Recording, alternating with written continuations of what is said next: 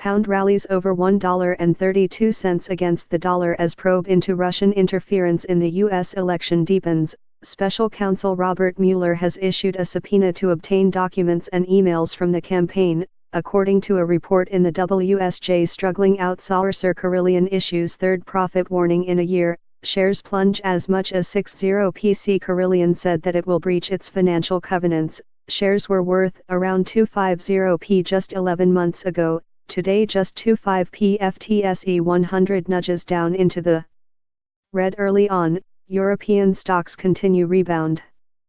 Philip Hammond should scrap tax breaks for research and development because they are swallowed up by high-tech companies which would invest regardless, economists have claimed, and instead spend the money directly on projects which need the help. As much as 80% of R&D tax credits are spent on projects which would happen anyway, the Institute for Public Policy Research, IPPR, estimates. This means almost £2 billion of spending is wasted on the credits each year, and could be put to better use elsewhere. The government is in danger of missing the point in its industrial strategy. Its focus so far has been on sectors engaged in technological innovation, like automotive and pharmaceuticals. But productivity in these sectors is already high, said the IPPR's Michael Jacobs. The UK's productivity problem lies in the vast majority of ordinary firms, in sectors such as retail, light manufacturing, tourism, hospitality and social care. Read Tim Wallace's full report here. It would be churlish to pretend that this is a problem exclusive to Carillion in the sector.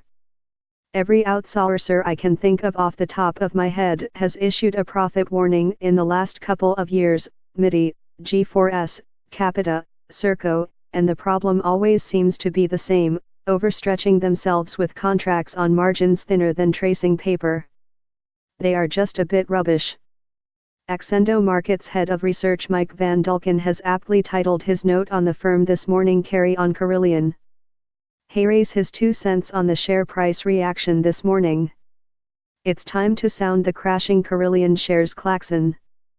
The beleaguered outsourcer has issued its third profit warning of the year and warned that it expects to breach its financial covenants, adding that it is looking into some form of recapitalization.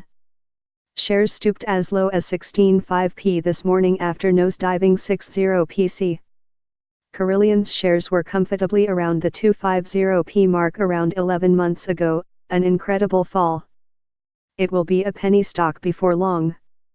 The dollar is on the slide this morning following reports that a subpoena has been issued to obtain documents and emails from the Donald Trump campaign as part of the probe into Russian interference in the U.S. election. The subpoena is believed to have been issued last month by special counsel Robert Mueller, and the deepening investigation has helped the pound rally against the greenback on currency markets this morning, climbing 0.3% to $1.3235, a 3-week high.